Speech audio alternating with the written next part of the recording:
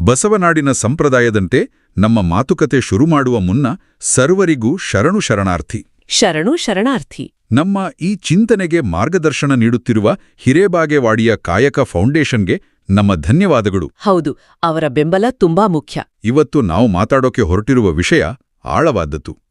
12ನೇ ಶತಮಾನದಲ್ಲಿ ಧರ್ಮ ಅನ್ನೋದು ಕೆಲವೇ ಜನರ ಸ್ವತ್ತಾಗಿದ್ದಾಗ ವಿಶ್ವಗುರು ಬಸವಣ್ಣನವರು ಒಂದು ಪ್ರಶ್ನೆ ಎತ್ತಿದ್ರು. ಅದೇ ಉಳ್ಳವರು ಶಿವಾಲಯ ಮಾಡಿಹರು ಅನ್ನೋ ವಚನ. ಇದು ಕೇವಲ ವಚನ ಅಲ್ಲ, ಒಂದು ದೊಡ್ಡ ಸಾಮಾಜಿಕ ಚಳುವಳಿಯ ಕಿಡಿ ಅಂತಾನೆ ಹೇಳಬಹುದು. ಖಂಡಿತ. ಆ ಒಂದು ವಚನ ಅಂದಿನ ಇಡೀ ವ್ಯವಸ್ಥೆಯನ್ನೇ ಅಲುಗಾಡಿಸಿತ್ತು. ಹಾಗಾದ್ರೆ ಮೊದಲಿಗೆ ಆ ಸಂಪೂರ್ಣ ವಚನವನ್ನು ಒಮ್ಮೆ ಕೇಳ್ಬಿಡೋಣ, ಹೇಗಿದೆ ಅಂತ. ಖಂಡಿತವಾಗಿಯೂ. ಉಳ್ಳವರು ಶಿವಾಲಯ ಮಾಡಿಹರು, ನಾನೇನ ಮಾಡುವ ಬಡವನೆಯ್ಯ, ಎನ್ನ ಕಾಲೇ ಕೊಂಬ, ದೇಹವೇ ದೇಗುಲ, ಶಿರಹೊನ್ನ ಕಲಶವಯ್ಯ, ಕೂಡಲ ಸಂಗಮ ದೇವ ಕೇಳಯ್ಯ, ಸ್ಥಾವರ ಕಳಿವುಂಟು, ಜಂಗಮ ಕಳಿವಿಲ್ಲ. ಈ ಮೊದಲನೇ ಸಾಲಲ್ಲೇ ನೋಡಿ, ಉಳ್ಳವರು ಶಿವಾಲಯ ಮಾಡಿಹರು ಅಂದಿನ ಆರ್ಥಿಕ ಅಸಮಾನತೆಯನ್ನ ಎಷ್ಟು ಸ್ಪಷ್ಟವಾಗಿ ಕಟ್ಟಿಕೊಡುತ್ತೆ. ಹೌದು, ಅಂದ್ರೆ ದೇವಸ್ಥಾನ ಕಟ್ಟೋದು ಒಂದು ಪುಣ್ಯವ ಕೆಲಸ, ಆದ್ರೆ ಆ ಅವಕಾಶ ಸಿರಿವಂತರಿಗೆ ಮಾತ್ರ. ಹಾಗಾದ್ರೆ ಬಡವರ ಗತಿಯೇನು? ಅದೇ ಪ್ರಶ್ನೆಯನ್ನ ಬಸವಣ್ಣನವರೆತ್ತೋದು. ಇದು ಕೇವಲ ಆರ್ಥಿಕತೆ ಬಗ್ಗೆ ಅಲ್ಲ, ಇದು ಪುರೋಹಿತಶಾಹಿಯ ಮೇಲಿನ ನೇರ ವಿಮರ್ಶೆ. ನಿಜ. ದೇವಸ್ಥಾನಗಳ ಮೂಲಕ ಧರ್ಮವನ್ನ ತಮ್ಮ ಹಿಡಿತದಲ್ಲಿಟ್ಕೊಂಡಿದ್ದ ವ್ಯವಸ್ಥೆಯನ್ನೇ ಪ್ರಶ್ನೆ ಮಾಡಿದಾಗೆ. ಹೌದು. ಆದ್ರೆ ವಚನದ ನಿಜವಾದ ತಿರುವು, ಆ ಮ್ಯಾಜಿಕ್ ಇರೋದೇ ಮುಂದಿನ ಸಾಲುಗಳಲ್ಲಿ ಅಲ್ವಾ? ಎನ್ನ ಕಾಲೇ ಕಂಬ, ದೇಹವೇ ದೇಗುಲ. ಅದು ಒಂದು ಕ್ರಾಂತಿಕಾರಕ ಚಿಂತನೆ. ದೇಹವೇ ದೇಗುಲ ಅನ್ನೋದಿದೆಯಲ್ಲ, ಅದು ದೇವರನ್ನ ದೇವಸ್ಥಾನದ ಗರ್ಭಗುಡಿಯಿಂದ ಹೊರತಂದು ಪ್ರತಿಯೊಬ್ಬ ಸಾಮಾನ್ಯ ಮನುಷ್ಯನೊಳಗೆ ಪ್ರತಿಷ್ಠಾಪನೆ ಮಾಡಿದ ಹಾಗೆ. ಅದ್ಭುತ. ನಮ್ಮ ದೇಹವೇ ದೇಗುಲ ಅಂದಮೇಲೆ ನಾವು ಮಾಡುವ ಪ್ರತಿಯೊಂದು ಕೆಲಸವೂ ಪೂಜೆಯಾಗುತ್ತೆ. ಖಂಡಿತ. ಕಾಯಕವೇ ಕೈಲಾಸ ತತ್ವಕ್ಕೆ ಇದು ನೇರವಾಗಿ ಸಂಬಂಧಿಸಿದೆ. ಆಗ ದೇವರನ್ನು ಮುಟ್ಟೋಕೆ ಮಧ್ಯವರ್ತಿಗಳಾದ ಪುರೋಹಿತರ ಅವಶ್ಯಕತೆನೇ ಇರೋದಿಲ್ಲ. ಒಂದ್ ನಿಮಿಷ.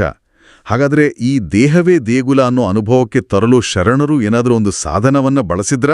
ಅಂದ್ರೆ ಅದನ್ನು ಒಂದು ಮೂರ್ತ ರೂಪಕ್ಕೆ ತರಲು? ಖಂಡಿತ. ಅದ್ಭುತವಾದ ಪ್ರಶ್ನೆ. ಆ ಸಾಧನವೇ ಇಷ್ಟಲಿಂಗ. ಇಷ್ಟಲಿಂಗ? ಹೌದು. ಅಂಗೈ ಮೇಲೆ ಇಟ್ಟು ಪೂಜಿಸುವ ಆ ಇಷ್ಟಲಿಂಗ ಇದೆಯಲ್ಲ, ಅದು ದೇವರು ಎಲ್ಲೋ ದೂರದಲ್ಲಿಲ್ಲ, ನಮ್ಮೊಳಗೇ ಇರುವ ಚೈತನ್ಯ ಅಂತ ಸದಾ ನೆನಪಿಸುತ್ತೆ. ಓ.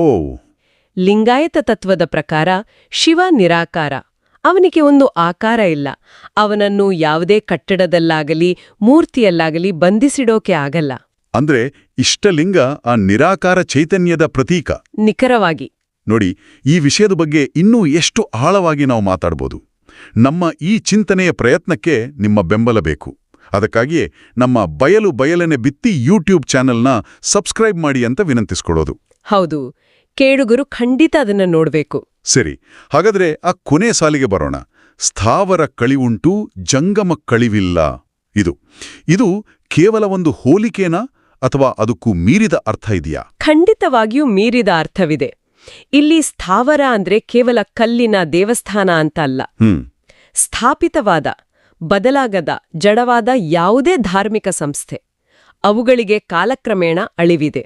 ಹಾಗಾದ್ರೆ ಜಂಗಮ ಅಂದ್ರೆ ಚಲನೆಯುಳ್ಳ, ಅರಿವುಳ್ಳ, ಜ್ಞಾನವನ್ನು ಹುಡುಕುತ್ತಾ ಸಾಗುವ ವ್ಯಕ್ತಿ ಅಥವಾ ಶರಣ ಸಮುದಾಯ. ಜ್ಞಾನಕ್ಕೆ, ಚೈತನ್ಯಕ್ಕೆ ಯಾವತ್ತೂ ಅಳಿವಿಲ್ಲ.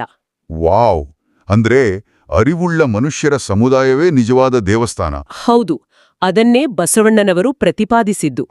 ಇದು ಸ್ಥಾಪಿತ ಧರ್ಮದ ಅಧಿಕಾರವನ್ನೇ ಪ್ರಶ್ನಿಸಿ ಒಂದು ಜ್ಞಾನ ಕೇಂದ್ರಿತ ಸಮಾಜಕ್ಕೆ ಒತ್ತು ಕೊಟ್ರು. ಹಾಗಾದ್ರೆ ಈ ವಚನದ ಒಟ್ಟು ಸಾರಾಂಶ ಏನು?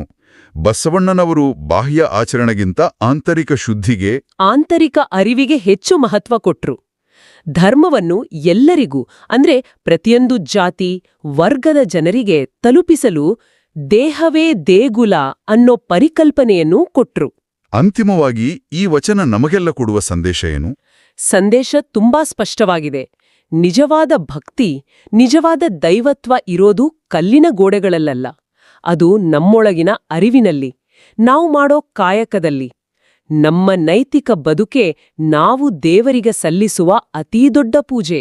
ನಮ್ಮ ಈ ಚರ್ಚೆಯನ್ನ ಮುಗಿಸುವ ಮುನ್ನ ಕೇಳುಗರಿಗೆ ಒಂದು ಆಲೋಚನೆ. 12ನೇ ಶತಮಾನದ ಈ ದೇಹವೇ ದೇಗುಲ ಅನ್ನೋ ಪರಿಕಲ್ಪನೆ ಇವತ್ತಿನ ಈ ವೈಭವದ ಭೌತಿಕ ಜಗತ್ತಿನಲ್ಲಿ ತನ್ನ ಪ್ರಸ್ತುತತೆಯನ್ನ ಹೇಗೆ ಉಳಿಸ್ಕೊಂಡಿದೆ? ಉತ್ತಮವಾದ ಪ್ರಶ್ನೆ. ಇದರ ಬಗ್ಗೆ ಯೋಚಿಸಿ. ನಮ್ಮ ಚರ್ಚೆ ಇಷ್ಟವಾದಲ್ಲಿ ನಮ್ಮ ಬಯಲನ್ನೇ ಬಿತ್ತಿ ಚಾನಲ್ ಅನ್ನು ಬೆಂಬಲಿಸಿ. ಸರ್ವರಿಗೂ ಶರಣು ಶರಣಾರ್ಥಿ. ಶರಣು ಶರಣಾರ್ಥಿ.